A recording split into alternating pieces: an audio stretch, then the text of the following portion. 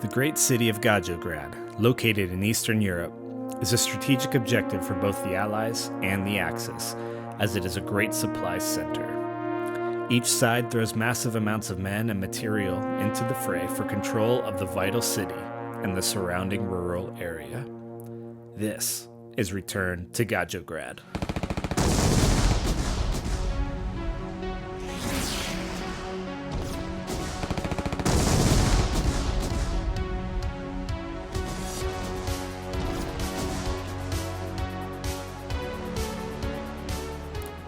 For bolt-action players in and around Salt Lake City, Utah, the return to in-person wargaming events would be met with enthusiasm and an eagerness to once again roll dice with friends. It would be a year and a half after Gajograd 2020, the first of its kind bolt-action event run in Salt Lake City could be followed up.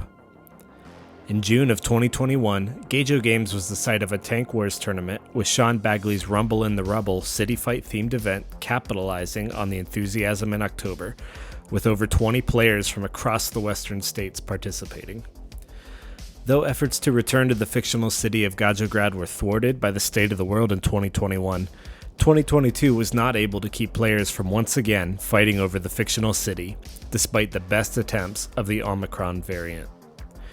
On January 8, 18 players from Utah, Wyoming, Nevada, and even one from Florida met at Gajo Games for a 3-game, 800-point Axis vs. Allies bolt action event. Players' individual scores would be tracked, but their scores would also contribute towards an overall team score.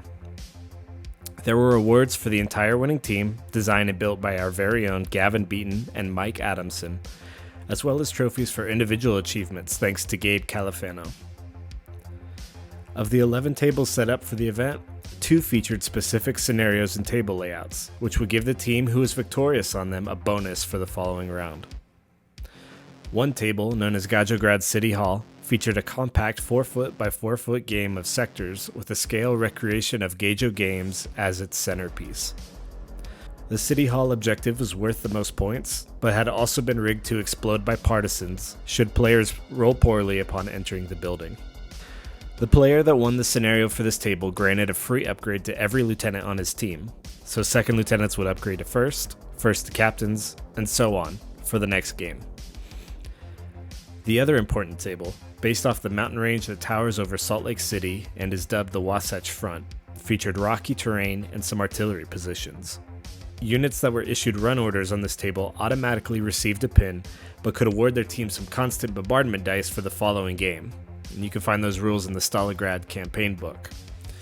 Players were also given 5 secondary objectives that they could choose from to earn extra points. The armies that were ready for the fight featured plenty of variety. The United States, Germany, Great Britain, the Soviet Union, Finland, Italy, China, Japan, and French partisans were all represented on the table. After a player briefing at 9:30 a.m., Game 1 kicked off. Scenario 1 was a modified sectors with a 12-inch bubble in the center that was not worth any points, meaning that units that wanted to capture these objectives had to move deeper into enemy territory. The fighting was fierce as the British 8th Army and its cruiser tanks smashed into German opposition on one table, while the Americans tackled the Japanese on another. On the objective tables, the Finns managed to narrowly beat out their American opponents on the last order dice of the game, as the partisan booby trap in the City Hall was set off by none other than the French partisans, resulting in a draw against a vehicle-heavy Italian force. The score was neck and neck after the end of the round with only a difference of 2 points. After a free lunch that was provided by our very own Sean Bagley, the teams chose their players for the objective tables and got back to work. Scenario 2 placed the victors of the first round, which was the Allies, in a defensive position against an Axis counterattack looking to take back Gajograd and the surrounding area. A modified version of point defense placed 3 objectives on the table, of which the Axis players would secretly select one to make their primary objective. They had to take and hold this objective to win the game. The Axis softened up the Allied defenders with an automatic prep bombardment and kept their heads down with the constant bombardment they had earned on the Wasatch Front table the round before. The Italians and Americans clashed in the ruins of one of Gajograd's industrial sectors, as the Soviets and their multiple T-34s found themselves running up against Finnish Panzerschrecks and Panzerfausts. Both players in this game specifically managed the double or nothing secondary option, netting plenty of extra points for their teams. An SAS LRDG force and its heavily armed trucks met Italian Alpini troops, who had plenty of transports of their own, on the Wasatch Front, engaging in a very near-run battle that saw the Italians snatch victory from their foes on the last turn. The City Hall managed to stay intact this round, as the Soviets swept the center of German armor and infantry. Multiple Axis victories granted them the lead over the Allies, but only by a 2-game margin. The third round would be slightly different than the first two. Since there would be no fourth round, the objective tables offered the winning team double points instead of bonuses. The rest of the players played through meeting engagement, where destroying enemy units is the path to victory. On one table, French partisans drove a civilian car with a flamethrower team inside, right beside a Panzer IV to attempt to scare off its crew, but a low roll and a miss meant the team was annihilated with the next German order dice pulled. On a bombed-out urban center, it was a pair of bomb dogs, not the Soviet T-34, that turned a Japanese Chiha into a flaming wreck. While the Finns fought through the dense jungle to harass an LRDG patrol, an American Hellcat met its doom at the hands of a Chinese cavalry charge. At the City Hall, a back-and-forth series of exploding tanks saw the Soviets win out and gain those crucial double points for the Allies. In the Rocky Mountains of the Wasatch Front, however, American and German forces fought to a stalemate, resulting in a draw and sealing the fate of the Allied team. After 27 exciting games of bolt action, the final score saw the Allies with 318 points to the Axis 336, which was not even a 2-game difference. The score being close all the day long is exactly what you want as an event organizer.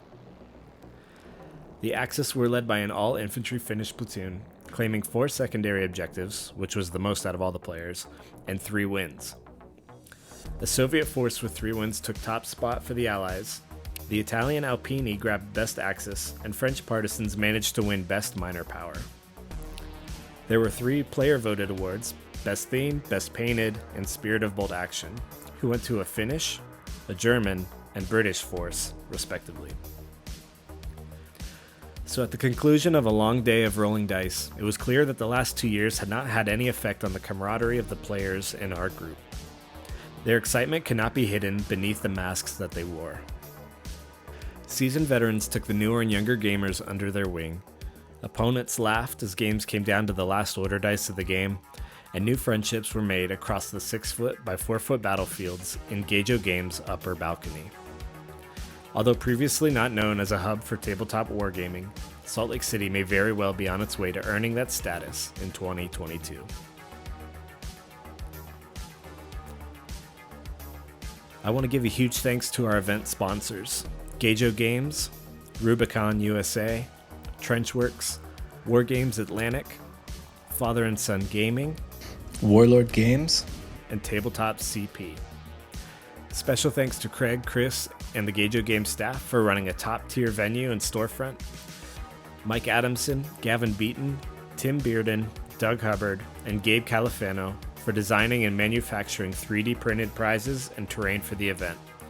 And finally, for Sean Bagley for helping to put on the tournament, supplying our lunch, and his dedication to the hobby and community.